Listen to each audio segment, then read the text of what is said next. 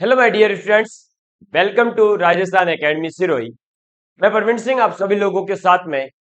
आप सभी लोगों को जैसा कि पता है, हम लगातार आप लोगों से जुड़ करके आपको विभिन्न प्रकार के प्रतियोगी परीक्षाओं के लिए तैयारी करवा रहे हैं, जिसे कि राजस्थान के अंदर आयोजित होने वाली विभिन्न प्रकार के एग्जाम, रीट हो, चाहे कांस्टेबल हो, चाहे पटवारी हो, ग्राम सेवक हो, लैब असिस्टेंट हो, सेकंड ग्रेड हो, फर्स्ट ग्रेड हो, जूनियर अकाउंटेंट हो, संगणक वगैरह सभी के लिए। उसी के साथ साथ सेंट्रल के अंदर आयोजित होने वाली साइंस से रिलेटेड अगर कोई वैकेंसी होती है तो उसकी प्रिपरेशन जो है राजस्थान एकेडमी के द्वारा करवाई जाती है। उसी बीच में ईएमआरएस यानी कि जो एकलव्य मॉडल रेजिडेंशियल स्कूल है, उसके अंदर जो लैब अटेंडेंट की वैकेंसी आई थी, उसके लिए भी हम प्रिपरेशन करवा रहे हैं और उसका कंप्लीट कोर्स आप लोगों को हमारे ऐप के ऊपर राजस्थान एकेडमी सिरोही ऐप, जिसका लिंक इस वीडियो के डिस्क्रिप्शन में आपको मिल जाएगा, आप ले सकते हैं और उस पर जाकर के अपना अगर कोई कोर्स बाय करना चाहते हैं किसी भी प्रकार का तो आप बाय कर सकते हैं। साइंस से रिलेटेड मैक्सिमम चीजें हम जो है कवर कर लेते हैं। अब बात करें अगर, तो एक DSSSB यानी कि दिल्ली के अंदर सब ऑर्डिनेट बोर्ड जो है, जैसे अपने राजस्थान में RSMSSB है, वैसे ही दिल्ली के अंदर भी DSSB बोर्ड है। उसके द्वारा विभिन्न प्रकार की समय समय पर भर्तियां निकाली जाती है। अब इनके द्वारा एक भर्ती निकाली गई है जिसके अंतर्गत टीजीटी की पोस्टें हैं, लैब असिस्टेंट की पोस्टें हैं, इसके अलावा भी कई असिस्टेंट वगैरह अलग अलग पोस्टें हैं। लैब असिस्टेंट की भर्ती के लिए मैंने बच्चों को बता दिया था, तो उसी टाइम से लगातार जो है आप सभी प्यारे प्यारे बच्चों का कमेंट आया जा रहा था कि सर आप एक बार जो है पर्टिकुलर लैब असिस्टेंट एग्जाम के लिए हमें जो है थोड़ा सा गाइड कर दीजिए। तो मैं आज ये पर्टिकुलर वीडियो लेकर के आया हूं, जिसके अंतर्गत जो अपना DSSB बोर्ड है उसके द्वारा जितनी भी भर्तियां निकाली गई है उसमें से लैब असिस्टेंट की कहाँ कहाँ पर कौन कौन से डिपार्टमेंट पर भर्तियां रहेगी, और लैब असिस्टेंट के साथ साथ मैं आप लोगों को जो साइंटिफिक असिस्टेंट होता है, जूनियर साइंटिफिक असिस्टेंट और सीनियर साइंटिफिक असिस्टेंट, उनकी भी भर्ती साथ में बताने वाला हूं। क्योंकि साइंटिफिक असिस्टेंट और जो लैब असिस्टेंट है उनका लगभग सेम लेवल ही आप समझ सकते हैं, क्योंकि जो साइंटिफिक असिस्टेंट है वो साइंस का रिलेटेड काम करेगा, जबकि लैब असिस्टेंट होगा वो पर्टिकुलर लैब में काम करेगा, बाकी ज्यादा फर्क है नहीं। तो सबसे पहले आपको बता दूं कि ये जो है नोटिफिकेशन आपको पता होगा 31 जुलाई को निकल चुका था। उसके बाद में मैंने आपको बता दिया था, और इसकी फॉर्म डेट जो है वो कहाँ कब से कब है, तो आपके 17 अगस्त से जो है इसके फॉर्म की डेट स्टार्ट हो चुकी है, यानी आप अपना फॉर्म फिल कर सकते हैं। और ये 15 सितंबर तक आप भर सकते हैं, यानी नेक्स्ट मंथ की 15 तारीख तक आप ये फॉर्म फिल कर पाएंगे। ये तो हालांकि मैंने पहले भी बता दिया था। अब मैं चलता हूं आगे। तो सबसे पहले कहाँ कहाँ पर और कितनी भर्तियां हैं लैब असिस्टेंट के पदों के लिए, तो आप देख लीजिएगा एक बार।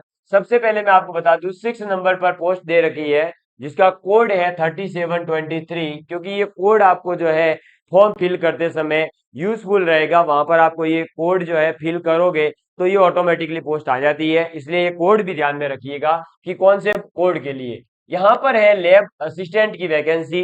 किसकी वैकेंसी है? लैब असिस्टेंट की। और दिल्ली जल बोर्ड यानी जो दिल्ली का जल बोर्ड है उसके अंदर ये भर्ती आई है। यहाँ पर आपके पद है टोटल 11। ठीक है, कैटेगरी वाइज ये पूरा वर्गीकरण दे रखा है, मैं नहीं समझा रहा हूँ, केवल 11 पोस्टें हैं टोटल, वो बता दिया। दूसरे नंबर पर आ जाती है आपके 3823, और वो है सीनियर साइंटिफिक असिस्टेंट की बायोलॉजी सब्जेक्ट के लिए। किसके लिए क्या क्वालिफिकेशन है वो भी मैं आगे बता दूंगा आपको। यहाँ पर इनके लिए है टोटल 5 पद। इसके बाद में है 3923 जो कि है सीनियर साइंटिफिक असिस्टेंट बैलिस्टिक की, और इसके अंदर ये है फॉरेंसिक साइंस जो होती है उसकी जो लैब होगी, फॉरेंसिक साइंस की लेबोरेटरी के अंदर आपको जॉब मिलेगी, और इसके भी टोटल 5 पद हैं।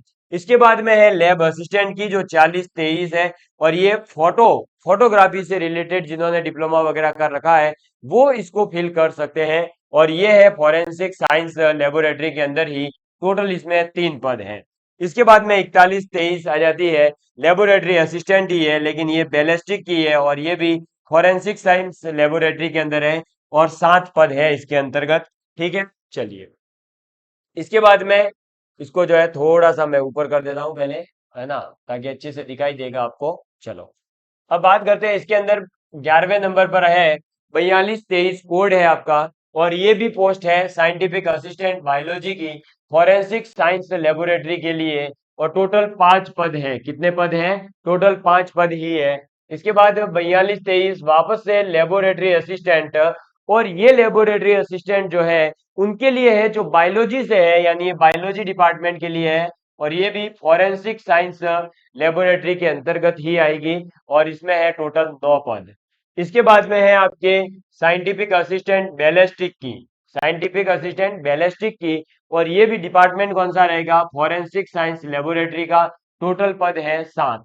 इसके बाद में है 14 नंबर पर आपके, तो 14 नंबर पर आ जाता है 4523, इसका कोड है, और ये भी है लैब असिस्टेंट फिजिक्स की। ये ध्यान रखिएगा, जो लैब असिस्टेंट फिजिक्स की तैयारी कर रहे हैं वो उनके लिए आपकी है फॉरेंसिक साइंस लेबोरेटरी के अंदर ही टोटल 2 पद ही है।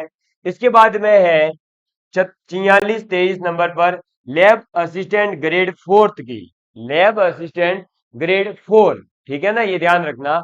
और इनकी जो भर्ती है वो है टोटल 138, 138, सबसे ज्यादा पद जो है वो लैब असिस्टेंट 4th ग्रेड के हैं, 138 पद है। और इनका डिपार्टमेंट कौन सा रहेगा, तो H&F-W। तो जहां तक H&F-W की बात है, तो H&F-W का मतलब फॉरेंसिक और जो हाउसिंग डिपार्टमेंट वगैरह है उसके अंतर्गत ही पूरा आ जाएगा आपके। ठीक है, चलो अब मैंने आपको ये तो दिखा दिया कि आपका जो है कहां पर कितनी भर्ती है और कौन से पदों के लिए है। ठीक है, एक बार मैं शायद ये कट हो रहा है कुछ, तो मैं एक बार आपका कैमरा जो है, 1 मिनट, हाँ, है ना, अब सही आया, चलो। तो अब जो है मैं आपको बता दूं कि देखिएगा, ये अब अपन बात कर रहे हैं लेबोरेटरी असिस्टेंट की। किसकी बात कर रहे हैं, लेबोरेटरी असिस्टेंट भर्ती की। लेकिन किसके लिए, जो दिल्ली जल बोर्ड के लिए आई हुई है उसके बारे में। तो दिल्ली जल बोर्ड के अंदर लेब असिस्टेंट के पद कितने थे मैंने आपको बता ही दिए हैं। टोटल इसके अंदर 11 पद हैं। और इसके लिए क्वालिफिकेशन क्या है, यानी एजुकेशनल क्वालिफिकेशन क्या है, शैक्षणिक योग्यता क्या रहेगी। ध्यान से सुन लीजिएगा, आप अच्छे से समझ लीजिएगा यहाँ पर, क्योंकि बाद में बार बार आप डाउट पूछते हैं कि सर ये डिग्री है तो वैलिड है या नहीं, ये है या नहीं। तो ध्यान से सुनिएगा, डिग्री इन साइंस, यानी साइंस में डिग्री तो होनी ही चाहिए, with chemistry from a recognised university और इक्विवेलेंट। केमिस्ट्री के अंदर अगर आपने बीएससी कर रखी है तब आप जो है ये फॉर्म फिल कर सकते हैं। या फिर दूसरी क्वालिफिकेशन अगर ये नहीं है तो दूसरा क्या होना चाहिए, दूसरा आपके पास में intermediate in science with chemistry from a recognised university या बोर्ड, मतलब आपने 12वीं पास कर रखी हो साइंस मैथ या साइंस बायो के साथ, कोई फर्क नहीं पड़ता, केमिस्ट्री सब्जेक्ट अगर आपके पास है तो आप जो है ये फॉर्म फिल कर सकते हो। ठीक है, पर इसमें फिर 12वीं अगर है तो फिर आपके पास दूसरी क्वालिफिकेशन ये चाहिए, 3 साल का आपको एक्सपीरियंस होना चाहिए केमिकल लेबोरेटरी के अंदर। ठीक है, तब आप ये फॉर्म फिल कर सकते हो। यानी 3 साल का अगर किसी को केमिकल लैब के अंदर काम करने का अनुभव है तो वो विद्यार्थी इस फॉर्म को फिल कर पाएगा। ठीक है, बाकी आपका डिजायरेबल कुछ है नहीं, एक्सपीरियंस वगैरह मैंने आपको बता ही दिया है। इसके अलावा और इसमें क्या चीजें चाहिए है तो आपको मैं बता देता हूँ, 1 मिनट, है ना। पहले ये इरेज कर देता हूं मैं अपने, 1 मिनट, 1 मिनट, है ना, चलो, हो गया साहब। हाँ, चलिए, तो अब इसमें जो है आपके एक्सपीरियंस तो मैंने आपको बता ही दिया, अगर 12वीं है तो 3 साल का एक्सपीरियंस भी चाहिएगा। और पे स्केल, यानी कि आपकी सैलरी कितनी रहेगी जिसके लिए आप ये काम करने वाले हो, तो वो आपकी रहेगी, इसमें पे मैट्रिक्स रहेगा 25,500 से 81,100 का। और लेवल रहेगा आपका 4, कितना रहेगा, लेवल 4 रहेगा। ग्रेड पे आपका 2400 होगा, यानी आप ये मान सकते हैं लगभग आपके 30,000 के आसपास सैलरी जो है स्टार्टिंग वाली रहेगी। ठीक है, चलिए, एज लिमिट 18 से 27 साल आपकी होनी चाहिए। बाकी एज रिलैक्सेशन जो भी अपना कैटेगरी वाइज है वो आपको मिल जाएगा। ठीक है, समझ में आ गई बात, चलो, ये था जल विभाग के लिए। अब मैं आपके सामने इसको थोड़ा सा, छोटा होगा कि नहीं, नहीं होगा, अच्छा ठीक है, कोई दिक्कत नहीं, है ना। चलो, तो अब बात करते हैं अपने सीनियर साइंटिफिक असिस्टेंट की, जो कि बायोलॉजी सब्जेक्ट के लिए जरूरी है, यानी जो बायोलॉजी सब्जेक्ट से फॉर्म फिल करना चाहता है वो इस फॉर्म को फिल कर पाएगा। और यहाँ पर पद है टोटल 5। इसके लिए क्वालिफिकेशन क्या चाहिए है, तो मास्टर डिग्री होनी चाहिए जूलॉजी में या फिर बॉटनी में या एंथ्रोपोलॉजी में या ह्यूमन बायोलॉजी में या बायोकेमिस्ट्री में या माइक्रोबायोलॉजी में या जेनेटिक्स में या फिर बायोटेक्नोलॉजी में या मॉलिक्यूलर बायोलॉजी में या फोरेंसिक साइंस में। इतनी सारी सब्जेक्ट में से किसी में भी एक में अगर मास्टर डिग्री कर रखी है तो आप ये फॉर्म फिल कर सकते हो, है ना? समझ में आ गई बात? इसके बाद में 2 साल का एक्सपीरियंस आपके पास में होना चाहिए जिस भी फील्ड में आपने कर रखी है उस फील्ड में, ठीक है। इसके बाद इसका पे स्केल मैं आपको बता देता हूँ एक बार, पहले ये हटा देता हूँ मैं एक बार, फिर आपको बता देता हूँ पे स्केल भी, है ना। चलिए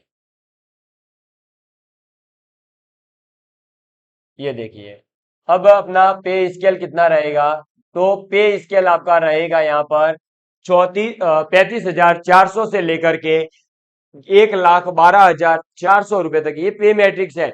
अब लोगों को क्या लगता है जिसके अंदर जो लोएस्ट प्राइस मतलब पैसा लिखा हुआ है 35,400 उतना मिलेगा, नहीं भाई, ये इतने लिखने से इतने नहीं मिलते, लगभग इसका तो 3 गुना मिल जाता है यार, इतने लिखा हुआ हो तो, कहीं समझ में आई बात। और इसका ग्रेड पे है 4200, 4200 ग्रेड पे, मतलब कि राजस्थान के अंदर सेकंड ग्रेड अधिकारी की जो सैलरी होती है लगभग 60,000, उतनी सैलरी आपको यहाँ मिलेगी। और ये सेंट्रल की है तो 60,000, मतलब डीएसएसबी के अंदर जो है सैलरी थोड़ी ज्यादा है, तो 60,000 के आसपास, 60-70,000 आप मान सकते हो, ज्यादा फर्क नहीं आएगा, पर वही 60,000 के आसपास आपकी सैलरी रहेगी। एज जो है वो 30 साल से ज्यादा नहीं होनी चाहिए, बस ये ध्यान रखना, ठीक। चलो, इसके बाद में आ जाती है सीनियर साइंटिफिक असिस्टेंट बैलिस्टिक के लिए। तो इसमें भी आपको पता है 5 पद है टोटल। इसमें डिग्री क्या चाहिए है, तो मास्टर डिग्री फिजिक्स के अंदर या फिर मैथमेटिक्स के अंदर या फोरेंसिक साइंस के अंदर। यानी अगर किसी ने एमएससी कर रखी है मैथ के अंदर, एमएससी कर रखी है फिजिक्स में या फोरेंसिक साइंस में, वो इस सीनियर साइंटिफिक असिस्टेंट बैलिस्टिक के फॉर्म को फिल कर सकता है। बाकी सैलरी वही 4200 ग्रेड पे है जो पीछे मैंने बता दी है, तो पूरा वापस नहीं बता रहा हूँ, आगे बढ़ता हूँ मैं। नेक्स्ट आ जाता है लैब असिस्टेंट फोटोग्राफी वाला। तो उसके अंतर्गत आपको जो है ग्रेजुएशन डिग्री चाहिए होगी, बस वो भी प्रिफरेबल इन साइंस, यानी कि आपके पास में साइंस के अंदर जो है ये डिग्री होनी चाहिए, तो आप ये फॉर्म फिल कर सकते हैं। यानी जिसने भी साइंस में ग्रेजुएशन कर रखी है, जिस भी विद्यार्थी ने बीएससी कर रखी है, वो इस फोटो वाले लैब असिस्टेंट के फॉर्म को फिल कर सकता है। तो आप फॉर्म फिल कर लीजिएगा, 2400 ग्रेड पे आपकी सैलरी रहेगी, यानी लगभग राजस्थान के अंदर एलडीसी की जो सैलरी रहती है उसके बराबर अपन मान सकते हैं, ठीक है। चलो, 18 से 27 ही एज है, बार बार नहीं बता रहा हूं, आगे बढ़ता हूं मैं। लैब असिस्टेंट बैलिस्टिक के लिए, लैब असिस्टेंट बैलिस्टिक के लिए बीएससी होनी चाहिए फिजिक्स या फिर मैथ के अंदर, ठीक है। अगर आपने बीएससी कर रखी है मैथ या फिजिक्स में तो आप इस फॉर्म को फिल कर सकते हैं। मेरी थोड़ी आवाज बैठी हुई है आज, थोड़ा माफ करिएगा। एक्सपीरियंस वगैरह इसमें कुछ मांगा नहीं है, इसका भी ग्रेड पे आपका 2400 ही रहेगा। ये आपका जो राजस्थान के अंदर एलडीसी का है उसी के बराबर मान सकते हैं। तो साइंस मैथ वाले भी फॉर्म फिल कर सकते हैं, आप देख रहे हैं अलग अलग पदों के लिए। और वैसे ही बायोलॉजी वाले भी यहाँ पर फॉर्म फिल कर सकते हैं, है ना। चलो भाई आगे बढ़ते हैं, नेक्स्ट अपने आ जाती है बात, ये है सीनियर, सॉरी एक मिनट, लाइट ज्यादा है मेरे ऊपर, साइंटिफिक असिस्टेंट बायोलॉजी। किसकी है? साइंटिफिक असिस्टेंट बायोलॉजी की। तो ऑब्वियसली बात है 5 पद है इसके अंदर, और बायोलॉजी में जिसने भी मास्टर डिग्री कर रखी है, वो चाहे फिर बॉटनी में हो, जूलॉजी में हो, माइक्रोबायोलॉजिक्स में हो, या बायोकेमिस्ट्री में हो, या फिर जेनेटिक्स में हो, वो सभी वैलिड है, ठीक है। ये अपना पहले ही बता दिया मैंने। इसमें 2800 ग्रेड पे है भाई, 2800 ग्रेड पे, मतलब राजस्थान के अंदर जो लैब असिस्टेंट की सैलरी रहती है वो आपके दिल्ली बोर्ड के अंदर साइंटिफिक असिस्टेंट बायोलॉजी की सैलरी रहेगी, ठीक है। चलो, जो मेरी है मतलब प्रेजेंट में। अब बात करते हैं लैब असिस्टेंट बायोलॉजी वालों की। तो लैब असिस्टेंट बायोलॉजी के लिए आपके पास में बीएससी होनी चाहिए बायोलॉजी के अंदर। यानी जो राजस्थान के अंदर 12वीं पास बच्चा फॉर्म फिल कर सकता है वो यहाँ पर फॉर्म निकल पाएगा, उसको बीएससी करना कंपलसरी है। और ग्रेड पे आपका वही 2400 रहेगा, ठीक है। ये जो डिजायरेबल लिखी हुई है ना, डिजायरेबल का मतलब है कि बोर्ड की इच्छा तो है कि आपके पास एमएससी वगैरह की हुई होगी तो आपको वेल एंड गुड है, पर ऐसा जरूरी नहीं है कि आपके पास एमएससी हो, डिजायरेबल है ये जस्ट, ठीक है। इसेंशियल जो होती है ना क्वालिफिकेशन, वो ज्यादा काम की है। तो अगर कोई बच्चा इसमें कंफ्यूज हो तो इसमें कंफ्यूज मत होइएगा, इसेंशियल मतलब ये तो होना ही चाहिए, डिजायरे मतलब है तो वेल एंड गुड, नहीं है तो वेल एंड गुड, ठीक। चलो, ये देख लीजिएगा आगे, वही एज 18-27 वही है, साइंटिफिक असिस्टेंट बैलिस्टिक के अंदर आपको वापस से वही मैंने बता दिया था पहले भी, मास्टर डिग्री चाहिए होगी फिजिक्स और मैथ के अंदर या फिर फॉरेंसिक साइंस के अंदर। ठीक है, इसके अलावा इसका ग्रेड पे कितना है, तो इसका ग्रेड पे वही 2800 ही रहेगा। और पद कितने हैं, 7 है, ये बता दिया मैंने। आगे बढ़ता हूँ। लैब असिस्टेंट फिजिक्स के लिए, तो लैब असिस्टेंट फिजिक्स के लिए बीएससी होनी चाहिए फिजिक्स में आपके पास में, यानी फिजिक्स एज ए सब्जेक्ट होना जरूरी है। और आपके पास में जो है इसका भी ग्रेड पे 2400 ही रहेगा। बाकी सब चीजें आपको पहले से पता है, एज वगैरह बता दी है। 2 पद ही है इसके। तो लेबोरेटरी असिस्टेंट फोर्थ ग्रेड, कौन सा, फोर्थ ग्रेड। तो फोर्थ ग्रेड जो है उसकी भी सैलरी कोई यहाँ पर 1800 ग्रेड पे या ऐसी नहीं है। कई बच्चों को लगता है कि फोर्थ ग्रेड मतलब भाई साहब सैलरी बिल्कुल कम ही देंगे। नहीं भाई, ऐसा नहीं है ना। ग्रेड आपकी सैलरी जो है वो यहाँ पर मैं बता दूं बहुत अच्छी है। 2400 ग्रेड पे की जॉब है ये, समझ में आ गई बात। तो लैब असिस्टेंट फोर्थ ग्रेड में अप्लाई करो, चाहे आप जो है दूसरी पोस्ट है जितनी भी 2400 वाली है उनमें अप्लाई करो, बात वो की वही है, सैलरी वही मिलने वाली है। तो मुझे लगता है लैब असिस्टेंट फोर्थ ग्रेड में अप्लाई करना ज्यादा बेटर रहेगा, क्योंकि आपके पास इसमें पद भी ज्यादा है, लगभग 138 पद हैं। तो आप इस फॉर्म को जरूर अप्लाई करिएगा।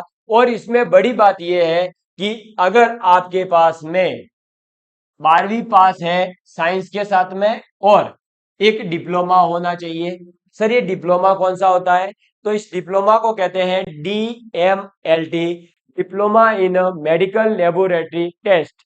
ये होता है, ये आप जो है इसके अंदर, या टेक्नोलॉजी, लेबोरेटरी टेक्नोलॉजी, तो ये आपके पास में होना चाहिए। ये लगभग जो है 1 या 2 साल का डिप्लोमा रहता है। अलग अलग जगह पर अलग अलग है, यूनिवर्सिटी वाले कुछ लोग 1 साल में भी दे देते हैं डिप्लोमा, कुछ लोग 2 साल का करवाते हैं। तो ये जो है बेसिकली, वैसे भी आपको अगर कोई बच्चा अभी तैयारी कर रहा है और उसकी इच्छा है कि सर मैं आगे क्या करूं 12वीं पास हूं, तो मेरी तरफ से एक राय रहेगी कि वो डिप्लोमा कर सकता है, क्योंकि डिप्लोमा करने से 2 बेनिफिट है। गवर्नमेंट जॉब तो लग ही सकती है, साथ ही साथ आप अगर खुद की लैब खोलकर बैठ गए, किसी का ब्लड टेस्ट कर लिया, किसी का यूरिन टेस्ट कर लिया, तो भी आप जो है अच्छा खासा अपना एक रोजगार प्राप्त कर सकते हैं। तो ये डिप्लोमा करने वालों को बेनिफिट रहेगा। बाकी वही 18 से 27 इसके अंदर एज भी चाहिए है। ठीक, चलो इसके बाद में इसके एग्जाम के पैटर्न की बात कर लेता हूं मैं।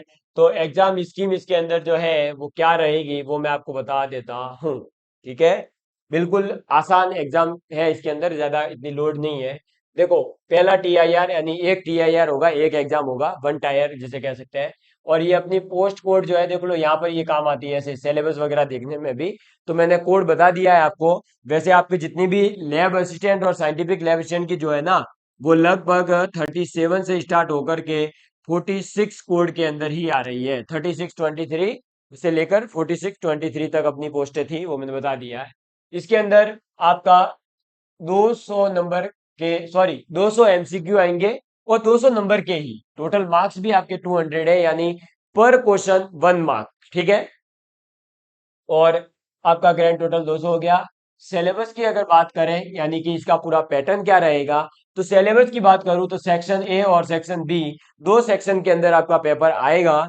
सेक्शन ए के अंदर MCQ आएंगे, जो कि आपके किस सब्जेक्ट से रिलेटेड होंगे, जनरल अवेयरनेस से, यानी जीके जिसे कहते हो आप, जनरल अवेयरनेस होना जरूरी है।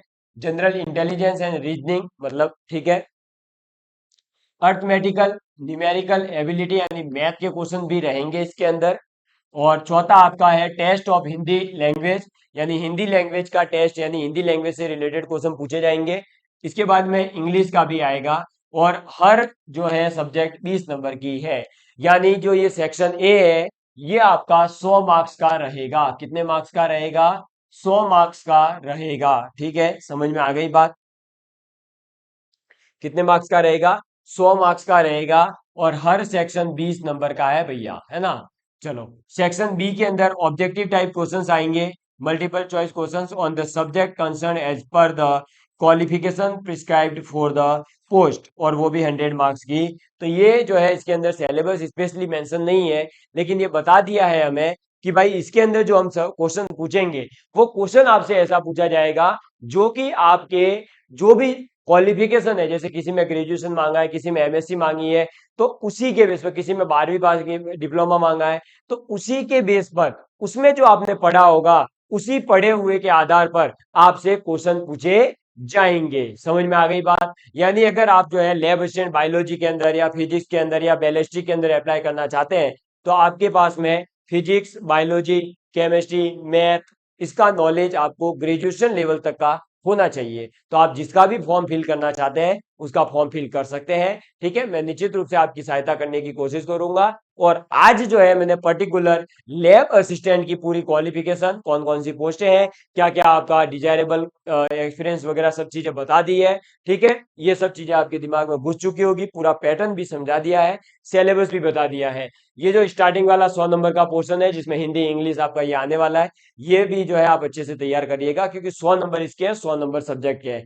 तो मैं आपको बता दूं, सब्जेक्ट के अंदर तो आप अगर जो है केवल 40 to 50 मार्क्स भी लेकर आ गए, तो इसमें कोशिश करना कि आप जो है 80-90 क्वेश्चन लाने का प्रयास करें, तो 150 के आसपास आपका नंबर आता है तो श्योर सिलेक्शन हो जाएगा। इसके बाद में बात करते हैं, अगर जो है इजिबिलिटी क्राइटेरिया क्या है, तो इजिबिलिटी क्राइटेरिया तो वैसे इंडियन होना चाहिए, वो ज्यादा जरूरी है, बस और कुछ नहीं है। पर एक चीज और बता दूं आपके पास में, कि आपकी एज, आपका एजुकेशनल क्वालिफिकेशन, आपके पास में और कोई डिप्लोमा वगैरह जो भी चीज है, वो सभी आपके पास 15/9/2023, यानी जो फॉर्म भरने की लास्ट डेट है तब तक आपके पास आ जाना चाहिए। तो अब कोई बच्चा मुझे ये कमेंट करके बार बार मत पूछना कि भाई सर मेरी ये एज हो गई है, अब मैं भर सकता हूँ कि नहीं। अरे भाई, इतनी तारीख तक 18 साल का या जो भी 27 साल का जितनी एज मांगी है उससे अंदर है और बाहर तो नहीं है, बस ये चेक कर लेना। अगर उसमें आ रहे हो तो इजीली फॉर्म भर पाओगे आप, है ना। तो बार बार पूछने की जरूरत नहीं है अब। इसके बाद में इसमें मिनिमम मार्क्स भी पहले से डिसाइडेड है। एक मिनट, मैं ना इसको, हाँ, चलो, एक मिनट।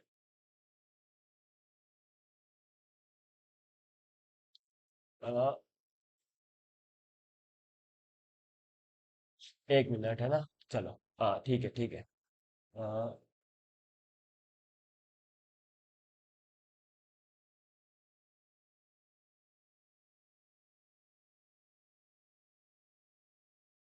तो अब जो है मैंने ये तो बता ही दिया।